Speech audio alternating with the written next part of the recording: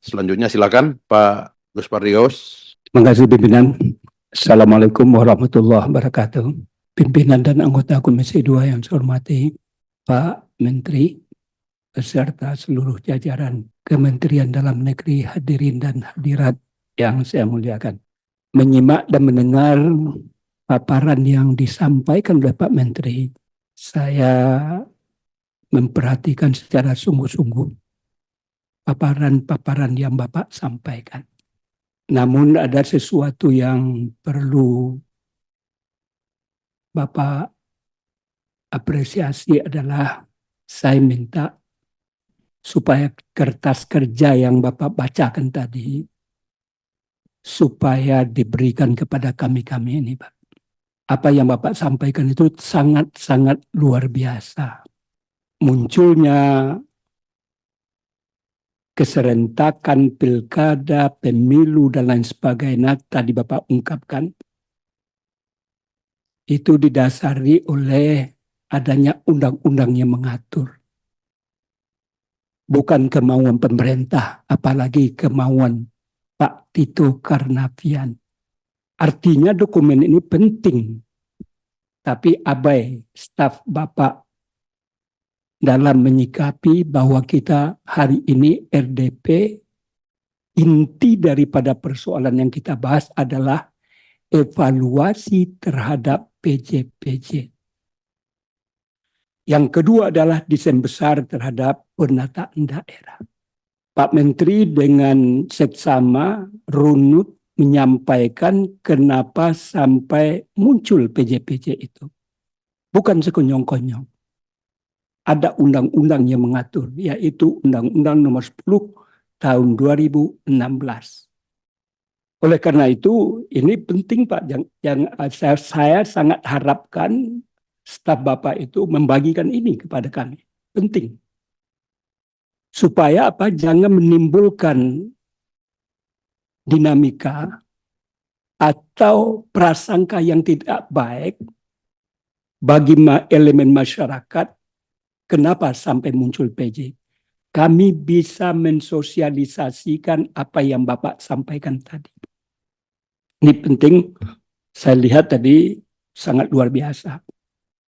Bagaimana kronologisnya, bagaimana proses penunjukan PJ-nya, kemudian bagaimana pula dinamika adanya surat keputusan atau keputusan MK tadi juga disampaikan oleh ketua. Kemudian juga bagaimana proses penetapan pemilihan para PJ. Tadi juga Bapak sampaikan supaya lebih demokratis, supaya lebih transparan, ada unsur-unsur bagaimana supaya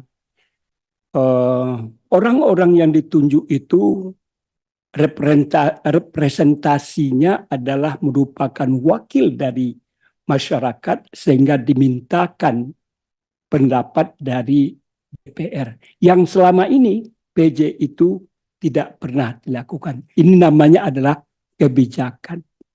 Sampai dengan ditunjuk dan terakhir adalah evaluasi yang Bapak berikan. Secara runut itu sudah kami lihat.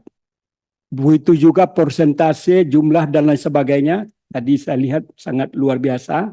Namun saya tolong itu diberikan sehingga kami bisa menelaah, mengkaji, kemudian juga bisa mensosialisasikan kepada masyarakat prosesi terhadap persoalan itu. Yang kedua adalah Bapak tadi membandingkan bahwa PJ itu jumlahnya 271 PJ pada hari ini. Sedangkan yang melalui proses pemilihan tanggal 9 Desember 2020 adalah 270. Nyaris berbanding sama kepala daerah, kabupaten, kota, provinsi yang ada pada hari ini. Tentu saya meminta kepada pemerintah agar dilakukan kajian-kajian mendalam terhadap sosok-sosok orang yang sedang menjabat tadi. Tadi Bapak juga udah ungkapkan terhadap sesuatu yang positif, negatif yang dipilih, positif, negatif yang ditunjuk itu. Saya berkehendak bahwa dengan adanya proses penunjukan itu yang Bapak katakan tanpa biaya, tidak punya beban, dan lain sebagainya, saya tidak menginginkan ini adalah alat legitimasi bahwa kepala daerah, kabupaten, kota, dan provinsi itu akan ditunjuk. Itu tegas itu saya ungkapkan. Kenapa? Kalau itu goal yang kita lakukan, ini viral nih Pak. Ada YouTube-nya nih, jangan salah paham masyarakat melihat. Tetapi menurut hemat saya ini adalah merupakan sesuatu yang sangat fundamental. Tadi Bapak katakan mungkin satu kali dalam selama-lamanya, kita tidak tahu. Oleh karena itu apa? Goalnya menurut hemat saya adalah bagaimana kita melakukan pembenahan terhadap demokratisasi ini. Terutama terhadap pilkada yang dikatakan biaya mahal, menimbulkan polarisasi, dan lain sebagainya. Ini menjadi catatan penting bagi kita. Kelemahan-kelemahan itu kita sisipi kepada hal-hal yang positif. Apa piranti-piranti daripada kelemahan-kelemahan itu? Bukan serta-merta karena positif lebih banyak ditunjuk, lalu lebih baik kita menunjuk kepala daerah untuk periode berikutnya. Ini kalau ini yang kita lakukan Pak, saya khawatir kita tidak bicara tentang itu saja. Demokratisasi adalah suatu keniscayaan. Ini penting saya ungkapkan supaya apa yang viral ini jangan menjadi gaduh terhadap pertemuan kita pada hari ini. Oleh karena itu, saya berharap sebagai Menteri Dalam Negeri yang merupakan pembina kepala daerah bagi kabupaten, kota, dan provinsi itu, tentu adalah merupakan kewajiban yang sangat vital bagi pemerintah, terutama Bapak Menteri Dalam Negeri, untuk melakukan pembenahan-pembenahan. Betul semuanya yang Bapak katakan itu akibat daripada biaya mahal, polarisasi, menimbulkan kegaduhan dan lain sebagainya, dinamika dan macam-macam. Lalu yang ditunjuk dengan nilai-nilai macam-macam itu. Oleh karena itu, tolong ada referensi-referensi yang akurat dalam rangka ke arah perbaikan terhadap pelaksanaan pilkada. Goalnya ke situ, Pak. Bukan ke arah bahwa karena dilakukan studi perbandingan bahwa lebih bagus ditunjuk langsung dibandingkan pemilihan, lalu goalnya ke yang saya sebutkan. Alhamdulillah, mudah-mudahan bukan itu yang dimaksudkan oleh pemerintah atau Menteri Dalam Negeri. Kemudian, tadi Pak Menteri tidak menyinggung sama sekali tentang netralitas. Bahwa kita akan melaksanakan pilkada tanggal 27 November. Sekarang ini, godaan PJ-PJ untuk menjadi kandidat nampaknya sesuatu yang tidak mungkin kita hindari. Itu yang kata Bapak katakan. Itu adalah hak. Setiap hak ada kewajiban. Saya berharap ketika dulu komitmennya adalah manakala dia ditunjuk sebagai PJ, haknya untuk menjadi calon pilkada tidak dibenarkan. Sama juga dengan kami. Kalau kami maju jadi kepala daerah mundur, ini ya orang-orangnya mundur. Betul. ada sesuatu godaan kekuasaan. Inilah, jadi pegawai negeri harus patuh dan taat sesuai dengan ADART-nya. Memang harus dibelenggu. Saya juga pernah jadi ASN. Tentu tidak sepenuhnya kebebasan saya sebagai seorang sipil. Harus patuh dan taat aturan-aturan tentang aparatur sipil negara kalau memang itu adalah sebuah konsekuensi. Jadi oleh karena itu, ini godaan politik siapapun pasti tidak bisa kita hindari.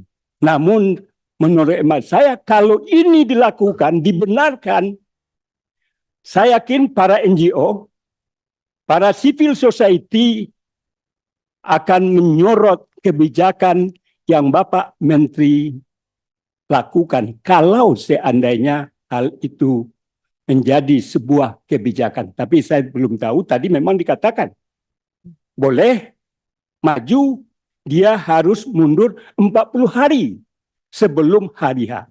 Berarti sama-sama saja. Kenapa tidak diberikan hak PJ itu kepada yang lain? Karena memang juga ada aturan perundang-undangan yang mengatur tentang ASN. Kan begitu juga larinya. Artinya sebagaimana dikatakan oleh Pak Junimar tadi, ada orang mampu, ada orang ahli, tapi dia tidak mampu. Nah, itu yang dibilang oleh. Banyak juga orang yang stratanya itu dia tidaklah merupakan orang yang tidak berhak, tapi dia lebih mampu dari yang lain.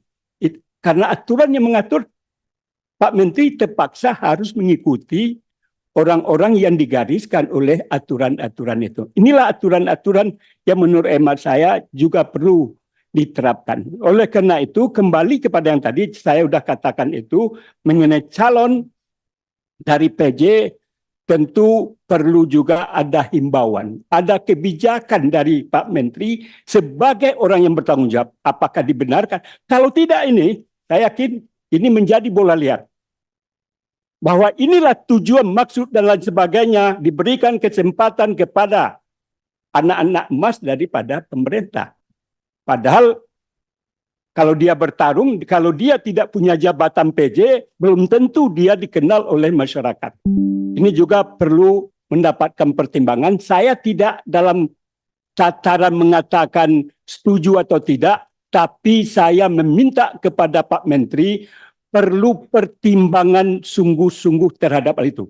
Saya catat, saya kembalikan kepada Pak Menteri, saya tidak pada ranah setuju atau tidak, tapi tolong dipertimbangkan sek efek akibat daripada kebijakan yang akan Bapak Menteri lakukan. Terakhir adalah, tadi Bapak juga sudah memaparkan agak sekelumit, belum kita bahas secara seksama, secara mendalam. Dan menurut hemat saya, perlu memang ada waktu khusus bicara tentang desain besar penataan daerah. Ini penting. Sudah hampir 5 tahun kami ada di sini, padahal sebagaimana dikatakan oleh Pak Junimar, Undang-Undang Nomor 23 2014 tentang pemerintahan daerah, kalau tidak salah yang disebut oleh Pak Junimar adalah pasal 56. Ya Pak Junimar? Di mana undang-undang mengamanahkan kepada pemerintah bagaimana membuat desain besar terhadap pemerintahan ini bagaimana.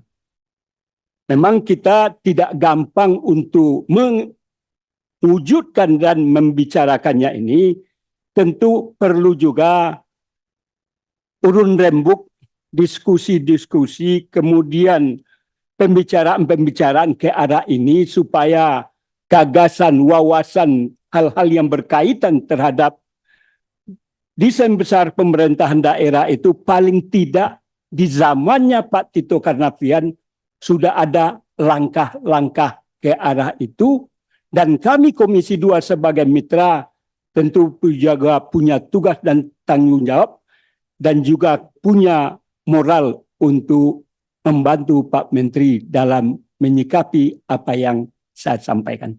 Barangkali demikian pimpinan, terima kasih. Assalamualaikum warahmatullahi wabarakatuh. Waalaikumsalam warahmatullahi wabarakatuh. Terima kasih Pak Gawus.